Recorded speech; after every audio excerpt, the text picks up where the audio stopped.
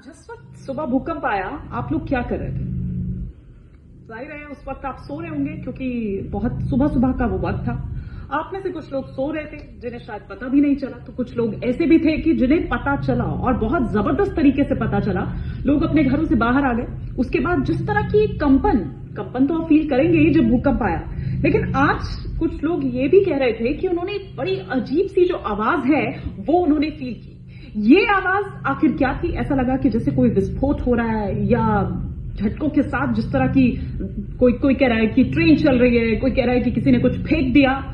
ये गड़गड़ाहट के साथ भूकंप क्या दुनिया के अंत का संकेत दे रहा है?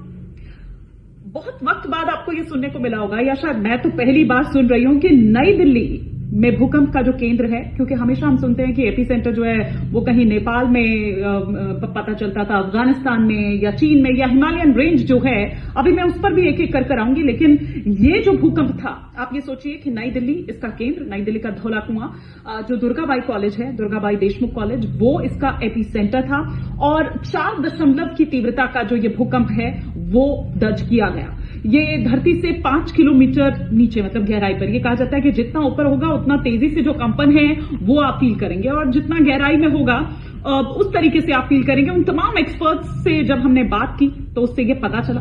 और भारत का 60% हिस्सा है जो कि खतरनाक जोन में है। और दिल्ली की अगर हम बात करें तो दिल्ली जोन 4 में आती है, जो कि हिमालय के करीब है। अभी मैं कह रही थी कि हिमालयन रेंज में भी हम देखते हैं कि किस तरह से जो भूकंप है वो आते रहते हैं। हिमालय भारतीय और यूरेशियन जो टेक्टोनिक जो प्लेट्स हैं उनके टकराने से बना है, और इसकी वजह से इस क्षेत्र में भूकंप आते रहते हैं। और जहां तक बात दिल्ली की है तो दिल्ली में भी कई तरह की जो फॉल्ट लाइन है, क्योंकि दिल्ली इस क्षेत्र में इससे करीब है, या यूं कहिए कि इसमें आता है, तो आप ये देखिए कि दिल्ली में कई तरह की फॉल्ट लाइन्स हैं जिनकी वजह से सतह पर जो दरारें हैं वो आती है।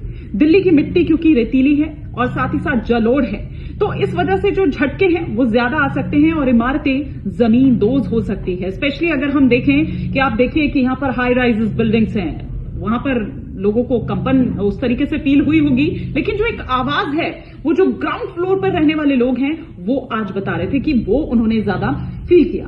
आप देखिए ये जो भूकंप है वो पूरा 3 तरंगों का खेल है। एक टी तरंग, एक एस तरंग और सतही तरंग जो होती हैं। टी तरंगे सबसे तेजी से यात्रा करती है और एक सनसनी सी वो पैदा कर देती है जो एक झटका या फिर धमाके की तरह महसूस होता है। एस तरंगों की बात करूं तो ये थोड़ा धीमी गति से चलती है। ये आमतौर पर लुढ़कने या फिर झूलने जैसा आपको फील करवाएगा। जो सतही तरंगे हैं वो केवल आप तभी देखेंगे या तभी फील करेंगे जब बहुत बड़े भूकंप आते हैं, या बड़े भूकंप के दौरान जो तरंगे हैं वो पैदा होती है। पृथ्वी को मतलब एक ओर से दूसरी ओर तक ये हिला सकती है और समुद्र जैसी जो लहरें हैं वो आपको इसमें फील होगी। ये वो सतही तरंगे हैं। तो मतलब 3 तरंगों का ये खेल है। और जैसे कई लोगों ने कहा कि हमें ऐसा लगा कि जैसे कोई रोलर चल रहा है, या ऐसा लग रहा है कि जैसे ट्रेन वहां से गुजर रही हो, इतनी तेज वो कंपन फील हो रही थी। तो तेज रोलिंग कंपन महसूस होगी। ये पी तरंग की मैं बात कर रही हूं, जो शुरुआती हल्के झटकों के साथ तेज गति से एकदम से चलने लगती है।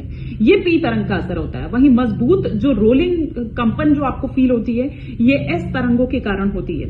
ये तीखे झटके की तरह होती है। उसके बाद आपको कुछ और तीखे झटके जो हैं वो महसूस होंगे, लेकिन ये जल्दी से गुजर जाएंगे। वहीं भूकंप का आपका जो एक्सपीरियंस है, क्योंकि जैसा कि मैंने पहले भी कहा कि फॉल्ट लाइन जो है उस पर निर्भर करता है। आप फॉल्ट लाइन के जितने करीब होंगे उतना आपको ये ज्यादा महसूस होगा।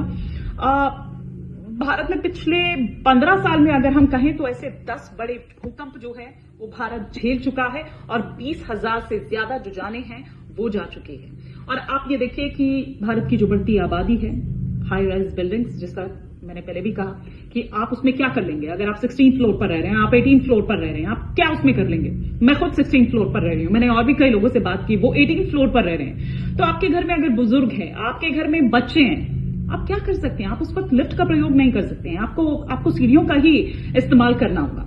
प्लस जो मॉल्स हैं, सुपरमार्केट्स हैं, वेयर हाउसेज हैं, कारखाने हैं, या ईंट पत्थर से बने जो भी बिल्डिंग्स हैं, ये सब उसमें शामिल है और ये भारत को एक भयावह जोखिम में रखते हैं। तो पिछले 15 साल में भारत ऐसे 10 बड़े भूकंप झेल चुका है जिसमें 20,000 से ज्यादा लोगों की जानें जा चुकी है।